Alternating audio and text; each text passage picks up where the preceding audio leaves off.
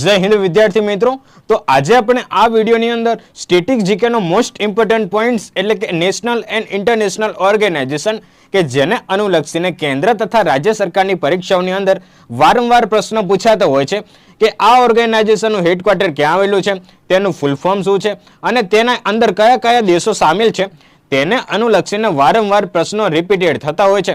તો આજે આપણે આ વિડીયોની અંદર તમામ સ્ટેટિક પોઈન્ટ આવરી લીધા છે કે જે તમને આવનારી કેન્દ્ર તથા રાજ્ય સરકારની પરીક્ષાની તમામ પરીક્ષાઓમાં ખૂબ જ ઉપયોગી નીવડશે. તો ચાલો મિત્રો શરૂઆત કરીએ. સૌપ્રથમ આપણે ઇન્ટરનેશનલ ઓર્ગેનાઇઝેશન. તો વાત કરીએ આપણે સૌપ્રથમ યુએનઓ વિશે વાત કરીએ તો તેનું ફૂલ ફોર્મ છે યુનાઇટેડ નેશન ઓર્ગેનાઇઝેશન, બરાબર છે. તો વાત કરીએ તેના ઇતિહાસ વિશેની તો તેનું જૂનું નામ પૂછે કે તેનું જૂનું નામ શું હતું તો લીગ ઓફ નેશન તરીકે ઓળખાતું હતું. ત્યારે તેની સ્થાપના વર્ષ 1920ની અંદર લીગ ઓફ નેશન તરીકે કરવામાં આવી હતી. તો વાત કરીએ જે તે સમયે તેનું હેડક્વાર્ટર જે છે ને સ્વિટ્ઝરલેન્ડના જીનેવા ખાતે હતું.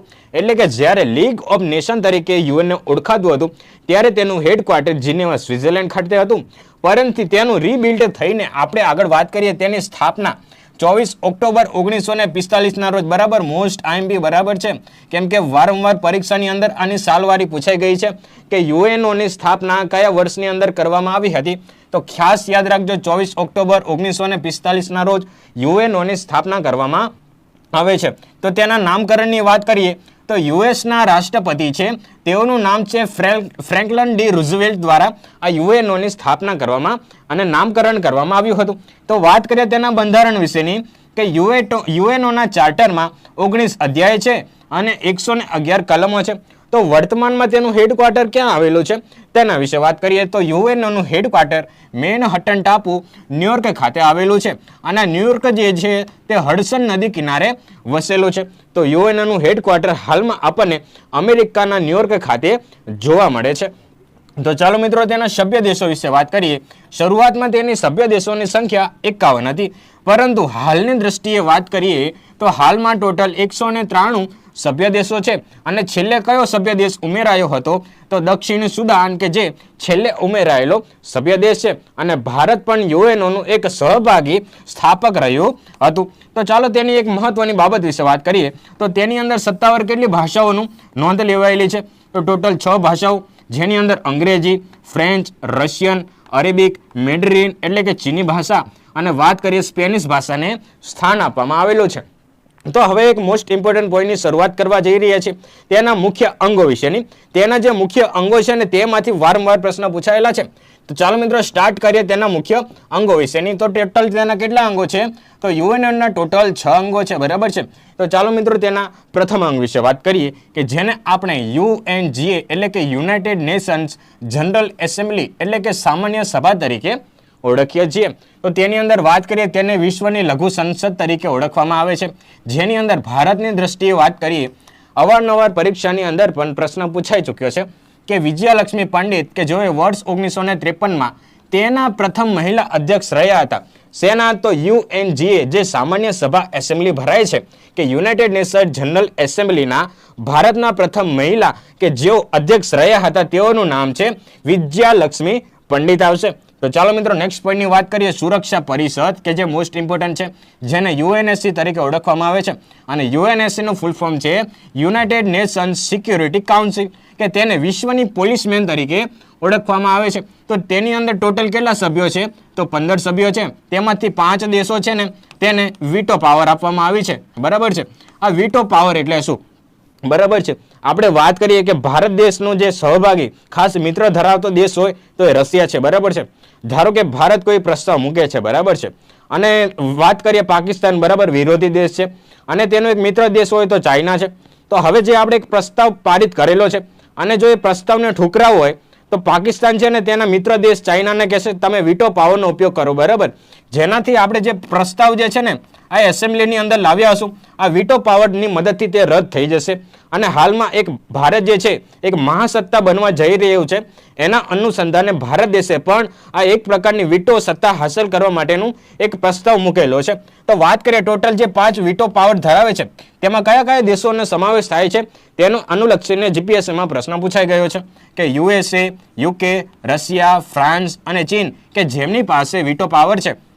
તો વાત કરીએ આગળનું આર્થિક અને સામાજિક પરિષદ કે જેને એસઓસી તરીકે ઓળખવામાં આવે છે, તેમાં 54 સભ્ય દેશો છે, જેનો અર્થ અને તેનો કાર્યકાળ 3 વર્ષનો હોય છે.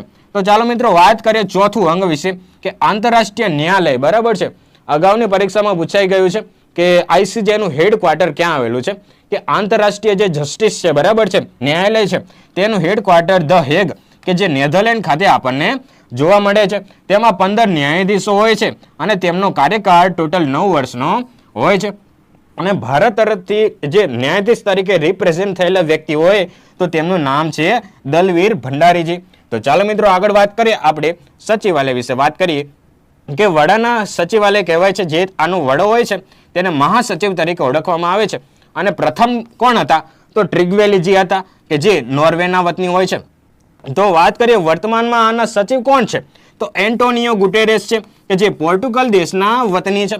તો ચાલો મિત્રો હવે આપણે આગળ વાત કરીએ ન્યાય પરિષદ વિશે, જેને ટ્રસ્ટીશીપ કાઉન્સિલ તરીકે ઓળખવામાં આવે છે કે જેને વર્ષ 1994 થી બંધ કરવામાં આવી છે. તો આ હતા યુએનઓના મુખ્ય 6 અંગો, જેમાંથી પણ આ રીતના પ્રશ્ન વારંવાર પૂછાતા હોય છે. તો ચાલો મિત્રો નેક્સ્ટ પોઈન્ટની વાત કરીએ યુએનની અન્ય એજન્સીઓ અને અન્ય કાર્યક્રમો વિશેની, એટલે અન્ય સંગઠનો વિશે વાત કરીએ. તો તેની અંદર વાત કરીએ યુએનઈપી. બરાબર છે, તેનું ફૂલ ફોર્મ જે છે ને, ફૂલ ફોર્મ કે અવારનવાર પરીક્ષાની અંદર પૂછાતું હોય છે, તેનું ફૂલ ફોર્મ છે યુનાઇટેડ નેશન્સ એન્વાયરમેન્ટ પ્રોગ્રામ. બરાબર છે, તેની સ્થાપના 5 જૂન 1972 ના રોજ કરવામાં આવી હતી. અને તેના હેડક્વાર્ટરની વાત કરીએ તો તેનું હેડક્વાર્ટર નૈરોબી કેન્યા ખાતે કરવામાં આવેલું છે. તો વાત કરીએ યુનેસ્કો વિશેની કે જેની અંદર જેનું ફૂલ ફોર્મ છે United Nation Educational Scientific and Cultural Organisation કે જેની સ્થાપના 16 નવેમ્બર 1945 ના રોજ કરવામાં આવી હતી. અને તેનું હેડક્વાર્ટરની વાત કરીએ તો ફ્રાન્સ પેરિસ ખાતે યુનેસ્કોનું હેડક્વાર્ટર આવેલું છે. અને વાત કરીએ વિશ્વની અંદર સૌથી વધુ હેરિટેજ સાઇટ ધરાવતો જો કોઈ દેશ હોય તો એ પ્રથમ ક્રમાંકે કયો દેશ આવશે તો ઇટાલી દેશ આવશે. તો બીજા ક્રમાંકે કયો દેશ આવશે તો ચીન દેશ આવશે. અને ભારતની વાત કરીએ, ભારતમાં હાલમાં ટોટલ કેટલી યુનેસ્કો વર્લ્ડ હેરિટેજ સાઇટ છે તો 44 વર્લ્ડ હેરિટેજ સાઇટ ધરાવે છે. તો વાત કરીએ ટોટલ ભારતમાં 44 વર્લ્ડ હેરિટેજ સાઇટ છે.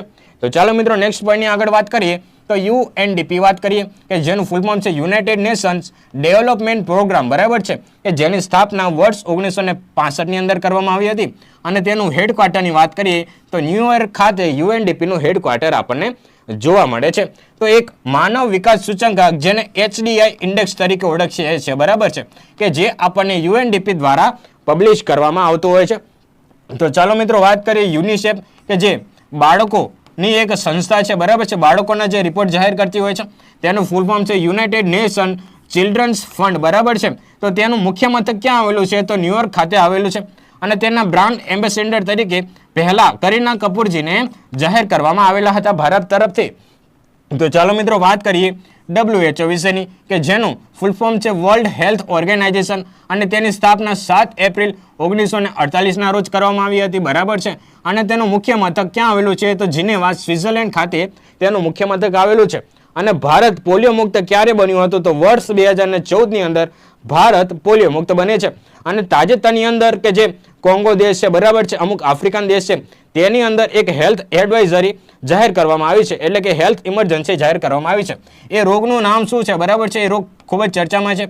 એ રોગનું નામ છે ઇબોલા. બરાબર છે, આ ઇબોલા રોગને કારણે આજે WHO દ્વારા એક ઇમરજન્સી જાહેર કરવામાં આવેલી છે. તો ચાલો મિત્રો વાત કરીએ FAO વિશે, એટલે કે ફૂડ એગ્રીકલ્ચર ઓર્ગેનાઇઝેશન વિશેની કે જેનું હેડક્વાર્ટર રોમ ઇટલી ખાતે આપણને જોવા મળે છે. તો વાત કરીએ આપણે ILO વિશેની, એટલે કે ઇન્ટરનેશનલ લેબર ઓર્ગેનાઇઝેશન કે જેનું સ્થાપના 1919 ની અંદર કરવામાં આવી હતી. અને તેનું હેડક્વાર્ટર જીનેવા સ્વિટ્ઝરલેન્ડ ખાતે આવેલું છે. તો વાત કરીએ જે ILO સંસ્થા છે તેને વર્ષ 1969 ની અંદર નોબેલ શાંતિ પુરસ્કાર મળ્યો હતો. તો ચાલો મિત્રો નેક્સ્ટ હેડક્વાર્ટર વિશે આપણે મહત્વના જે આંતરરાષ્ટ્રીય નાણાકીય સંસ્થાઓ આવેલી છે તેના મહત્વના ઓર્ગેનાઇઝેશન વિશે વાત કરીએ. IMF અને વિશ્વ બેંક છે. બરાબર છે, કે જેને વર્લ્ડ બેંક તરીકે ઓળખીએ છીએ, જેને વર્ષ 1944 ની અંદર બ્રેટન વુડ્સના સંમેલન દ્વારા વર્ષ 1945 માં સ્થાપના કરવામાં આવે છે. અને બંને સંસ્થાનું હેડક્વાર્ટર આપણને વોશિંગ્ટન DC ખાતે આપણને જોવા મળે છે. તો ચાલો મિત્રો વાત કરીએ સૌપ્રથમ IMF વિશે, એટલે કે IMF નું ફૂલ ફોર્મ છે ઇન્ટરનેશનલ મોનિટરી ફંડ, બરાબર છે. તો તેના ટોટલ 190 સભ્ય દેશો છે અને ગીતા ગોપીનાથજીએ પ્રથમ ડેપ્યુટી MD તરીકે પદ સંભાળેલું હતું. તો વાત કરીએ ADB વિશે, એટલે કે તેનું ફૂલ ફોર્મ છે એશિયન ડેવલપમેન્ટ બેંક, બરાબર છે. તેની સ્થાપના વર્ષ 1966 ની અંદર કરવામાં આવી હતી અને તેનું હેડક્વાર્ટર મનીલા, ફિલિપાઇન્સ ખાતે આવેલું છે. તાજેતરમાં આપ સર્વેને ખ્યાલ હશે કે વિધિન અ ડેઝ અગો ફિલિપાઇન્સની અંદર 7.8 મેગ્નિટ્યુડનો એક ભૂકંપ આવેલો છે, જેના કારણે જે ફિલિપાઇન્સ દેશ છે તેની આજુબાજુના દેશથી લઈને ભારતના આસામ રાજ્ય સુધી જે ભૂકંપની તીવ્રતા છે ને તે અનુભવવામાં આવેલી છે. તો ચાલો મિત્રો આગળ વાત કરીએ વર્લ્ડ બેંક વિશેની. વર્તમાનમાં તેના અધ્યક્ષ અજય બંગાજી છે. તો ચાલો મિત્રો વાત કરીએ વર્લ્ડ ટ્રેડ ઓર્ગેનાઇઝેશન, એટલે કે વિશ્વ વ્યાપાર સંગઠન વિશેની, કે જેની સ્થાપના 1 જાન્યુઆરી 1995 ની અંદર કરવામાં આવી હતી અને તેનું પણ હેડક્વાર્ટર આપણને જીનેવા ખાતે જોવા મળે છે અને તાજેતરમાં હાલમાં 164 તેના સભ્ય દેશો છે. આપણે વાત કરીએ પોલિટિકલ અને ડિફેન્સને અનુલક્ષીને મહત્વના ઓર્ગેનાઇઝેશન વિશેની. સૌપ્રથમ વાત કરીએ ખૂબ જ ચર્ચામાં રહેતું હોય એવું નાટો ઓર્ગેનાઇઝેશન વિશેની, કે આ એક પ્રકારનું કેવું ઓર્ગેનાઇઝેશન છે? તો એક પ્રકારનું મિલિટરી ઓર્ગેનાઇઝેશન છે, બરાબર છે, મિલિટરી એલાયન્સ છે. તો તેનું ફૂલ ફોર્મ શું છે, બરાબર છે? અવારનવાર પરીક્ષાની અંદર તેનું ફૂલ ફોર્મ પૂછાઈ ગયું છે. તેનું ફૂલ ફોર્મ છે નોર્થ એટલાન્ટિક, બરાબર છે, treaty organisation, north Atlantic treaty organisation, બરાબર છે. તો વાત કરીએ તેની સ્થાપના 4 એપ્રિલ 1949 ના રોજ કરવામાં આવી હતી. તેનું હેડક્વાર્ટર, બરાબર છે, અવારનવાર પરીક્ષાની અંદર પૂછાઈ ગયું છે કે નાટોનું હેડક્વાર્ટર કે જે આપણને બ્રુસેલ્સ, બેલ્જિયમ ખાતે જોવા મળે છે. તો તેની અંદર વાત કરીએ ટોટલ 32 દેશો સભ્ય દેશ છે, જેની અંદર મોસ્ટ ઓફ કેવા કન્ટ્રી છે? યુરોપિયન યુનિયન કન્ટ્રીનો સમાવેશ થાય છે. તો વાત કરીએ 31મો દેશ કયો બન્યો છે? તો ફિનલેન્ડ બન્યો છે અને 32મો દેશ કયો બન્યો છે? તો સ્વીડન દેશ બન્યો છે. તાજેતરમાં કે જે ઈરાન, ઇઝરાયલ અને USA વચ્ચે જે વોર ચાલી રહ્યું છે તેને અનુલક્ષીને જે મિલિટરી એલાયન્સની જે સપ્લાય છે તે ના મળવાને કારણે અમેરિકાએ ખૂબ જ નારાજગી દર્શાવી હતી અને એવું પણ મંતવ્ય આવ્યું હતું કે જો મિલિટરી એલાયન્સ નહીં મળે તો અમેરિકા છે ને તે નાટોના જે સંગઠન છે તેમાંથી ખસી પણ શકે છે. તો ચાલો મિત્રો વાત કરીએ EU એટલે કે યુરોપિયન યુનિયન વિશેની, કે તેનું મુખ્ય મથક બ્રસેલ્સ, બેલ્જિયમ ખાતે આવેલું છે. તેની અંદર ટોટલ 27 દેશો છે. તેની કરન્સી કઈ છે? તો યુરો છે. તેની અંદર ટોટલ 20 દેશો દ્વારા આ યુરો કરન્સી સ્વીકારાઈ છે અને છેલ્લે ક્રોએશિયા નામનો દેશ છે તે દેશે આ કરન્સી સ્વીકારેલી હતી. તો ચાલો મિત્રો આગળ વાત કરીએ આસિયાન વિશેની, કે જેની સ્થાપના 8 ઓગસ્ટ 1967 ના રોજ કરવામાં આવી હતી અને તેનું હેડક્વાર્ટર જકાર્તા, ઇન્ડોનેશિયા ખાતે આવેલું છે. તો વાત કરીએ તેની અંદર ટોટલ 11 સભ્ય દેશો છે અને છેલ્લે ઉમેરાયેલો સભ્ય 11મો સભ્ય દેશ એટલે કે તિમોર લેસ્ટે છે. તો વાત કરીએ 11મો સભ્ય દેશ કયો હતો? તો તિમોર લેસ્ટે હતો. તો તેની અંદર કયા કયા સભ્ય દેશો છે? એક છે મ્યાનમાર, બીજું છે થાઈલેન્ડ, ત્રીજું છે કંબોડિયા, ચોથું Laos, Vietnam, Malaysia, Singapore, Brunei, Philippines, Indonesia અને 11મા ક્રમે તિમોર લેસ્ટે, કે જે છેલ્લે જોડાયેલું આસિયાનનો સભ્ય દેશ છે. તો ચાલો મિત્રો નેક્સ્ટ ઓર્ગેનાઇઝેશન વિશે વાત કરીએ વ્યૂહાત્મક સંગઠનો વિશેની, જેવા કે SCO અને આપણે બ્રિક્સ વિશે વાત કરીશું. તેની અંદર વાત કરીએ SCO વિશેની, કે તેનું ફૂલ ફોર્મ છે શાંઘાઈ કોર્પોરેશન ઓર્ગેનાઇઝેશન, કે જેની સ્થાપના વર્ષ 2001 ની અંદર કરવામાં આવી હતી અને તેનું મુખ્ય મથક ક્યાં આવેલું છે? તો બીજિંગ, ચીન ખાતે જોવા મળે છે, બરાબર છે. તો વાત કરીએ તેના ટોટલ કેટલા સભ્ય દેશો છે? તો 10 સભ્ય દેશો છે અને 9મા નંબરે ઈરાન અને 10મા નંબરે બેલારુસ, કે જે SCO ની અંદર સામેલ થનારા દેશો બન્યા હતા. તો વાત કરીએ આ સંગઠનમાં ટોટલ 10 સભ્ય દેશો છે: ચીન, રશિયા, કઝાકિસ્તાન, કિર્ગિસ્તાન, તાજિકિસ્તાન અને શાંઘાઈ 5, બરાબર છે. તો વાત કરીએ ભારત અને પાકિસ્તાન દેશ, કે જે વર્ષ 2017 ની અંદર આ SCO સંગઠનની અંદર જોડાયા હતા. તો વાત કરીએ 9મો દેશ કયો બન્યો હતો? તો ઈરાન બન્યો હતો અને 10મો દેશ કે જે જોડાનારો બેલારુસ બન્યો હતો. તે લાસ્ટ વર્ષ 2025 ની વાત કરીએ, વર્ષ 2025 ની અંદર જે SCO ની સમિટ છે, બરાબર છે, આ SCO ની સમિટ કે જે તિયાનજિન કે જે ચીન ખાતે આની SCO ની સમિટ યોજવામાં આવી હતી. તો ચાલો મિત્રો વાત કરીએ બ્રિક્સ વિશેની, બરાબર છે, કે બ્રિક્સની સ્થાપના વર્ષ 2009 ની અંદર કરવામાં આવે છે. 2024 ની અંદર ટોટલ 4 નવા દેશો કે જે બ્રિક્સ સંગઠનમાં જોડાય છે: ઇથોપિયા, ઇજિપ્ત, UAE અને ઈરાન જોડાય છે. તો વાત કરીએ મૂળ સભ્ય દેશો કયા છે આની અંદર? તો છે બ્રાઝિલ, રશિયા, ભારત, ચીન અને દક્ષિણ આફ્રિકા. તો વાત કરીએ વર્ષ 2024માં કયા કયા દેશો જોડાયા હતા, જેની અંદર ઇથોપિયા, ઇજિપ્ત, યુએઈ અને ઈરાન છે. તો વાત કરીએ વર્ષ 2025માં જોડાયેલા 10મા સભ્ય તરીકે ઇન્ડોનેશિયા જોડાયું છે. એક મહત્વની બાબતની વાત કરીએ કે વર્ષ 2026ની અંદર આ બ્રિક્સ સમિટ છે, બરાબર છે. આ બ્રિક્સ સમિટની આયોજન કે જે છે ને, બ્રિક્સ સમિટનું આયોજન કે જે ભારત પાસે અધ્યક્ષતા છે, બરાબર છે. એટલે કે હાલમાં વર્ષ 2026ની બ્રિક્સ સમિટ કે જે ભારતની અંદર આયોજન થઈ રહી છે. તો ચાલો મિત્રો નેક્સ્ટ પોઈન્ટની આપણે વાત કરીએ મહત્વના G20 ગ્રુપ વિશેની, કે જેની અંદરથી વારંવાર પ્રશ્ન પૂછાતા હોય છે. તો વાત કરીએ G20 નો અર્થ થાય છે ગ્રુપ ઓફ 20 વિશે, કે તેની સ્થાપના 1999ની અંદર કરવામાં આવી હતી. 2023ની અંદર આ જે G20 છે તેની યજમાની કરી હતી, એટલે કે ભારતે અધ્યક્ષતા કરી હતી. તેની થીમ હતી વર્ષ 2023માં વસુદેવ કુટુંબકમ, અને 21મા સભ્ય દેશની વાત કરીએ તો તેમાં આફ્રિકન યુનિયનનો સમાવેશ થાય છે. વર્તમાનમાં સભ્ય સંખ્યા વિશે વાત કરીએ તો હાલમાં G20ની અંદર ટોટલ 19 દેશો પ્લસ યુરોપિયન યુનિયન અને આફ્રિકન યુનિયનનો સમાવેશ થાય છે. તો વાત કરીએ આજે આફ્રિકન યુનિયન જે છે તેને જ્યારે ભારતે 2023ની અંદર અધ્યક્ષતા કરી હતી તે સમયે આ G20 ગ્રુપની અંદર એડિંગ કરવામાં આવ્યા હતા. તો વાત કરીએ આપણે સાર્ક સંગઠન વિશેની, કે જેની સ્થાપના વર્ષ 1985માં તેનું હેડક્વાર્ટર કાઠમાંડુ નેપાળ ખાતે જોવા મળે છે. તો વાત કરીએ તેની અંદર 8 સભ્ય દેશો છે. આમાં કયા કયા છે? એક ભારત છે, પાકિસ્તાન, નેપાળ, ભૂતાન, બાંગ્લાદેશ, માલદીવ, શ્રીલંકા અને અફઘાનિસ્તાન છે. વાત કરીએ આ નેપાળ જે છે ને તેના હાલના પીએમ ખૂબ જ ચર્ચામાં રહેતા હોય છે અને તેમનું નામ છે બાલેન્દ્ર શાહ, બરાબર છે. બાલેન્દ્ર શાહ કે જે હાલમાં નેપાળના પીએમ છે. તો ચાલો મિત્રો વાત કરીએ ગ્રુપ ઓફ 7 એટલે કે G7 સંગઠન વિશેની, કે જે 7 વિકસિત દેશોનું સંગઠન છે. 2024ની બેઠક એટલે કે 2024નું સમિટ કે જે ઇટાલીની અંદર યોજાયું હતું. તો વાત કરીએ ટોટલ આમાં Germany, France, Japan, USA, Italy, Canada અને ઇંગ્લેન્ડ એટલે કે જેને UK તરીકે ઓળખીએ છીએ તેનો G7 ગ્રુપની અંદર સમાવેશ થાય છે. આપ સર્વેને ખ્યાલ હશે કે તાજેતરમાં જે રશિયા અને યુક્રેનનું યુદ્ધ ચાલી રહ્યું છે, પહેલા આ જે ગ્રુપ છે ને તેનું ગ્રુપનું નામ શું હોય છે? G8 હતું. એનું કારણ હતું કે જે રશિયા છે ને આ ગ્રુપનો સહભાગી હતું, પરંતુ યુક્રેન સાથે યુદ્ધ કરવાને કારણે આ G8 ગ્રુપમાંથી તેને બહાર કાઢવામાં આવે છે અને G7 ગ્રુપ બનાવવામાં આવે છે, બરાબર છે. એટલા માટે હાલમાં G7 તરીકે ઓળખવામાં આવે છે. તો વાત કરીએ ક્વાડ સંગઠન વિશેની, બરાબર છે. તો તેની અંદર ટોટલ 4 દેશોનો સમાવેશ થાય છે, ભારત, જાપાન, USA અને ઓસ્ટ્રેલિયા.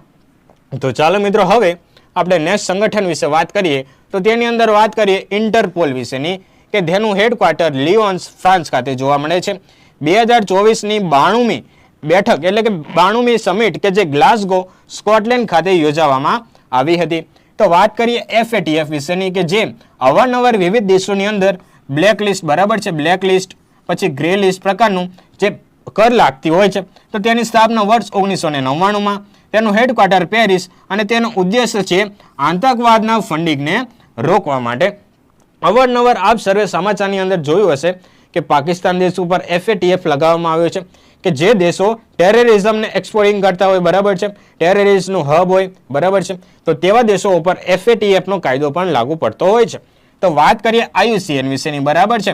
આની અંદરથી પર્યાવરણને અનુલક્ષીને પ્રશ્નો વારંવાર રિપીટ થયા છે, કે જેના સ્થાપના વર્ષે 1948 અને તેનું હેડક્વાર્ટર આપણને ગ્લેન્ડ સ્વિટ્ઝરલેન્ડ ખાતે જોવા મળે છે. આને પર્યાવરણને અનુલક્ષીને, બરાબર છે, પર્યાવરણ અને પશુઓને અનુલક્ષીને એક રેડ ડેટા બુક બહાર પાડવામાં આવે છે, બરાબર છે. કે એવું પૂછાઈ ગયેલું છે કે રેડ ડેટા બુક કઈ સંસ્થા દ્વારા બહાર પાડવામાં આવે છે? તો તેનો રાઈટ આન્સર આવશે IUCN દ્વારા. તો ચાલો મિત્રો વાત કરીએ રેડ ક્રોસ સંસ્થા વિશેની, કે જેની સ્થાપના વર્ષ 1963ની અંદર કરવામાં આવી હતી. તો ચાલો મિત્રો વાત કરીએ તેનું મુખ્ય મથક આપણને જીનેવા ખાતે જોવા મળે છે. તો વાત કરીએ તેના સ્થાપક કોણ હતા? તો હેનરી ડ્યુનેન્ટ હતા. તો ચાલો મિત્રો વાત કરીએ કોમનવેલ્થ વિશેની એટલે કે રાષ્ટ્રમંડળ વિશેની, કે તેની સ્થાપના વર્ષ 1931ની અંદર કરવામાં આવી હતી અને તેનું હેડક્વાર્ટર લંડન ખાતે આવેલું છે અને 54 સભ્ય દેશો કે જે આના સભ્ય દેશ છે. તો હવે વિદ્યાર્થી મિત્રો આપણે વાત કરીશું ભારતના મહત્વપૂર્ણ ઓર્ગેનાઇઝેશન વિશેની. તો સૌપ્રથમ આપણે સિક્યોરિટી અને ડિફેન્સના ઓર્ગેનાઇઝેશન વિશે વાત કરીએ તો તેની અંદર વાત કરીએ ISRO વિશેની. તો ISROનું ફૂલ ફોર્મ શું છે? તો ઇન્ડિયન સ્પેસ રિસર્ચ ઓર્ગેનાઇઝેશન. સૌપ્રથમ તેને ઇતિહાસની દ્રષ્ટિએ વાત કરીએ તો 1962 ની અંદર તેને ઇન્સ્કોપાર તરીકે ઓળખવામાં આવતું હતું, એટલે કે ભારતીય રાષ્ટ્રીય અંતરિક્ષ અનુસંધાન સમિતિ વિશે તો વાત કરીએ તે સમયે વિક્રમ સારાભાઈ દ્વારા સંસ્થાની સ્થાપના કરવામાં આવી હતી. તો વાત કરીએ મોસ્ટ ઇમ્પોર્ટન્ટ 15મી ઓગસ્ટ 1969 ના રોજ ઈસરો બને છે, બરાબર છે. આને અનુલક્ષીને પ્રશ્ન જે છે ને વારંવાર પરીક્ષાની અંદર પૂછાઈ ચૂક્યો છે કે ઈસરોની સ્થાપના ક્યારે થાય છે, તો 15મી ઓગસ્ટ 1969 ના રોજ, બરાબર છે. તો સૌપ્રથમ અધ્યક્ષની વાત કરીએ તો સૌપ્રથમ તેના અધ્યક્ષ હોય છે વિક્રમ સારાભાઈજી, કે જેઓને ભારતીય અંતરિક્ષ વિજ્ઞાનના પિતા તરીકે ઓળખવામાં આવે છે. તો તેના હેડક્વાર્ટર વિશે વાત કરીએ તો તેનું હેડક્વાર્ટર બેંગ્લોર કર્ણાટક ખાતે આવેલું છે. તો તેનું ધ્યેય વાક્ય શું છે કે માનવ જાતની સેવામાં અંતરિક્ષ પ્રૌદ્યોગિકી, બરાબર છે. તો વાત કરીએ પ્રથમ ઉપગ્રહ કયો છે કે જેની 19 એપ્રિલ 1975 ના રોજ આપણે આર્યભટ્ટ ઉપગ્રહ સોવિયત સંઘની મદદથી છોડવામાં આવ્યો હતો. તો ચાલો મિત્રો નેક્સ્ટ પોઈન્ટની વાત કરીએ ચંદ્રયાન 3 વિશેની, કે LVM-3 M4 રોકેટ દ્વારા 23 ઓગસ્ટના રોજ આપણે અંતરિક્ષ દિવસ તરીકે જાહેર કરવામાં આવ્યો છે. ત્યારબાદ આપણું સૂર્ય અભ્યાસ મિશનનું નામ શું છે, તો આદિત્ય L1 છે. તો એવી જ રીતે XPOSat અને EOS-8 નામના કે જે ઈસરો દ્વારા જાહેર કરવામાં આવેલા મહત્વપૂર્ણ જે સ્પેસ અભિયાન છે. તો ચાલો મિત્રો વાત કરીએ DRDO વિશેની, કે જેનું ફૂલ ફોર્મ અવારનવાર પરીક્ષાની અંદર પૂછાઈ ચૂક્યું છે. તો વાત કરીએ defence research and development organisation, અને તેની સ્થાપનાની વાત કરીએ તો 1 જાન્યુઆરી 1958માં રોજ તેની સ્થાપના કરવામાં આવી હતી. તેનું ધ્યેય વાક્ય શું છે, તો બલમ મૂલમ વિજ્ઞાનમ છે, બરાબર છે. બલસ્ય મૂલમ વિજ્ઞાનમ છે. તો તેનું હેડક્વાર્ટર આપણને નવી દિલ્હી ખાતે જોવા મળે છે. તો તેના પરીક્ષણ કેન્દ્રો વિશેની વાત કરીએ કે જ્યાંથી અવારનવાર મિસાઇલના પ્રક્ષેપણ કાર્યક્રમ યોજાતા હોય છે. તો મિસાઇલ પ્રક્ષેપણ કેન્દ્ર ITR કે જે વ્હીલર દ્વીપ કે જે ઓડિશા ખાતે આવેલું છે. તો વાત કરીએ તેનું નવું નામ ડોક્ટર APJ અબ્દુલ કલામ કરવામાં આવેલું છે. તો નવીનતમ લોન્ચ વિશે વાત કરીએ તો સમર કે જે એર ડિફેન્સ સિસ્ટમ છે. ત્યારબાદ વાત કરીએ આપણે રશિયાના સહયોગથી S-400 કે જે આપણે વિકસાવી છે, જેવી રીતના બ્રહ્મોસ મિસાઇલ પણ વિકસાવી છે. વાત કરીએ અગ્નિ 5 કે જે મિશન દિવ્યાસ્ત્ર અંતર્ગત રાખવામાં આવી છે. નાગાસ્ત્ર કે જે સ્વદેશી આત્મઘાતી ડ્રોનનું નામ શું છે, તો નાગાસ્ત્ર 1 છે. તો એવી જ રીતના પ્રચંડ હેલિકોપ્ટર પણ કે જે DRDO દ્વારા નિર્માણ કરવામાં આવેલું છે. તો ચાલો મિત્રો નેક્સ્ટ પોઈન્ટની આપણે વાત કરીએ મહત્વના બેન્કિંગ અને નાણાકીય સંસ્થા વિશેની. તો એની અંદર સૌપ્રથમ વાત કરીએ RBI વિશેની, કે તેનું ફૂલ ફોર્મ છે રિઝર્વ બેંક ઓફ ઇન્ડિયા છે. તેની સ્થાપના હિલ્ટન યંગ આયોગ હેઠળની ભલામણથી 1 એપ્રિલ 1935 ના રોજ કરવામાં આવી હતી. તે સમયે મૂડી હતી 5 કરોડ રૂપિયા, બરાબર છે. તો વાત કરીએ તેનું રાષ્ટ્રીયકરણ ક્યારે કરવામાં આવ્યું હતું, તેનો પણ પ્રશ્ન પૂછાઈ ચૂક્યો છે કે 1 જાન્યુઆરી 1949 ના રોજ તેનું રાષ્ટ્રીયકરણ કરવામાં આવ્યું હતું. તો વાત કરીએ ગવર્નર વિશેની, તો તેના પ્રથમ ગવર્નર કોણ હતા, તો RBIના પ્રથમ ગવર્નર હતા શ્રી ઓસબોર્ન સ્મિથ. તો પ્રથમ ભારતીય ગવર્નરની વાત કરીએ તો કોણ હતા, તો CD દેશમુખજી, બરાબર છે. તો ચાલો મિત્રો હવે આપણે આગળ વાત કરીએ નાબાર્ડ વિશેની, કે તેનું ફૂલ ફોર્મ છે national bank four agriculture and rural development વિશેની, કે તેની સ્થાપના 12 જુલાઈ 1982 ના રોજ શિવરામન સમિતિની ભલામણથી કરવામાં આવી હતી, અને તેનું હેડક્વાર્ટર આપણને મુંબઈ ખાતે જોવા મળે છે. તો ચાલો મિત્રો વાત કરીએ SEBI વિશેની, કે તેનું ફૂલ ફોર્મ અવારનવાર પરીક્ષાની અંદર રિપીટેડ થયેલો જોવા મળે છે. SEBIનું ફૂલ ફોર્મ છે securities and exchange board of India, કે તેની સ્થાપના વર્ષ 1988માં અને 1992ના એક્ટ દ્વારા વૈધાનિક સંસ્થા બને છે. તો શેર બજારનું નિયમન કરવું, અને પ્રથમ મહિલા અધ્યક્ષની વાત કરીએ તો SEBIના પ્રથમ મહિલા અધ્યક્ષ કે જે માધવીપુરી બુચ હતા. તો ચાલો મિત્રો નેક્સ્ટ વાત કરીએ સિડબી બેંક વિશેની, કે જેનું ફૂલ ફોર્મ છે small industrial bank of India, બરાબર છે. કે 2 એપ્રિલ 1990ની અંદર લખનૌમાં લઘુ ઉદ્યોગને લોન આપતી બેંક એટલે કે સિડબી બેંકનું હેડક્વાર્ટર જોવા મળે છે. તો ચાલો મિત્રો વાત કરીએ LIC વિશેની, કે લાઈફ ઇન્સ્યોરન્સ કોર્પોરેશન ઇન્ડિયા, બરાબર છે. કે તેની સ્થાપના 1 સપ્ટેમ્બર 1956 ના રોજ કરવામાં આવે છે. તેનું હેડક્વાર્ટર આપણને મુંબઈ ખાતે જોવા મળે છે, અને તેનું ધ્યેય વાક્ય છે યોગક્ષમા વહામ્યુમ, બરાબર છે. તો ચાલો મિત્રો નેક્સ્ટ ઓર્ગેનાઇઝેશન વિશે વાત કરીએ તો તેની અંદર આપણે વાત કરીશું IRDA વિશેની, કે જે insurance regulatory and development authorities of India છે, કે જે વીમા ક્ષેત્રનું નિયમન કરતી સંસ્થા એટલે કે IRDA છે. તો તેનું હેડક્વાર્ટર આપણને હૈદરાબાદ ખાતે જોવા મળે છે. તો ચાલો મિત્રો વાત કરીએ FSSAI વિશે, કે જેનું ફૂલ ફોર્મ છે food safety and standard authority of India, તેનું પણ હેડક્વાર્ટર આપણને નવી દિલ્હી ખાતે જોવા મળે છે. તો ચાલો મિત્રો વાત કરીએ TRI એટલે કે ટ્રાય વિશે, કે તેનું ફૂલ ફોર્મ છે ટેલિકોમ ઓથોરિટી ઓફ ઇન્ડિયા વિશેની, કે જેની સ્થાપના વર્ષ 1997 ની અંદર કરવામાં આવી હતી, કે જેનું હેડક્વાર્ટર આપણને નવી દિલ્હી ખાતે જોવા મળે છે. તો વાત કરીએ BCCI વિશેની, બરાબર છે, કે જેનું હેડક્વાર્ટર વાત કરીએ તો મુંબઈ ખાતે આવેલું છે, કે જે ક્રિકેટના નિયમન કરતી એક સંસ્થા છે. તો વાત કરીએ ICC નું હેડક્વાર્ટર ક્યાં જોવા મળે છે, તો ICC નું હેડક્વાર્ટર આપણને દુબઈ ખાતે જોવા મળે છે. તેનું ફૂલ ફોર્મ છે ઇન્ટરનેશનલ ક્રિકેટ કાઉન્સિલ, બરાબર છે. અને ICC ના વર્તમાન અધ્યક્ષ કોણ છે, તો શ્રી જય શાહજી છે, બરાબર છે. તો ચાલો મિત્રો આગળ વાત કરીએ BARC વિશે, બરાબર છે. BARC કે ભાભા પરમાણુ સંશોધન કેન્દ્ર, કે જેની હેડક્વાર્ટર આપણને ટ્રોમ્બે મુંબઈ ખાતે જોવા મળે છે, અને તેની સ્થાપના કે જાન્યુઆરી 1954 ની અંદર કરવામાં આવી હતી, બરાબર છે. તો ચાલો મિત્રો નેક્સ્ટ પોઈન્ટની આપણે વાત કરીએ તો NCERT વિશે વાત કરીએ. તો NCERT નું ફૂલ ફોર્મ છે national council of educational research and training centre, તો જેની સ્થાપના વર્ષ 1961 માં કરવામાં આવી હતી, અને તેનું હેડક્વાર્ટર નવી દિલ્હી ખાતે આપણને જોવા મળે છે.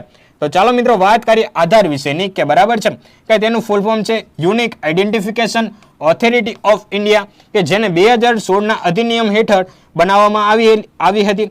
તેનું ધ્યેય વાક્ય શું છે, મેરા આધાર મેરી પહેચાન, બરાબર છે. તો ચાલો મિત્રો નેક્સ્ટ પોઈન્ટની વાત કરીએ CSIR, બરાબર છે, એક ભૌતિક વિજ્ઞાનના સાથે એક લેબોરેટરી સાથે સંકળાયેલી સંસ્થા છે, જેની સ્થાપના વર્ષ 1942 માં કરવામાં આવી હતી, અને તેનું હેડક્વાર્ટર દિલ્હી ખાતે જોવા મળે છે. અને આ જે CSIR છે તેના અધ્યક્ષ છે ને હંમેશા વડાપ્રધાન રહેતા હોય છે. તો વાત કરીએ ASI એટલે કે ભારતીય પુરાતત્વ સર્વેક્ષણ વિશેની, કે જેની સ્થાપના વર્ષ 1861 ની અંદર એલેક્ઝાન્ડર કનિંઘમ દ્વારા કરવામાં આવી હતી. સો વિદ્યાર્થી મિત્રો, આ હતી મહત્વપૂર્ણ કેન્દ્ર તથા રાજ્ય સરકારની પરીક્ષામાં ઉપયોગી નીવડે એવા નેશનલ એન્ડ ઇન્ટરનેશનલ ઓર્ગેનાઇઝેશનના તમામ સ્ટેટિક પોઈન્ટ્સ, કે જે તમને આવનારી પરીક્ષાની અંદર ખૂબ જ ઉપયોગી નીવડશે. તો આવી જ પરીક્ષાલક્ષી માહિતી મેળવવા માટે GS પોઈન્ટરની સાથે સંકળાયેલા રહો. જય હિન્દ.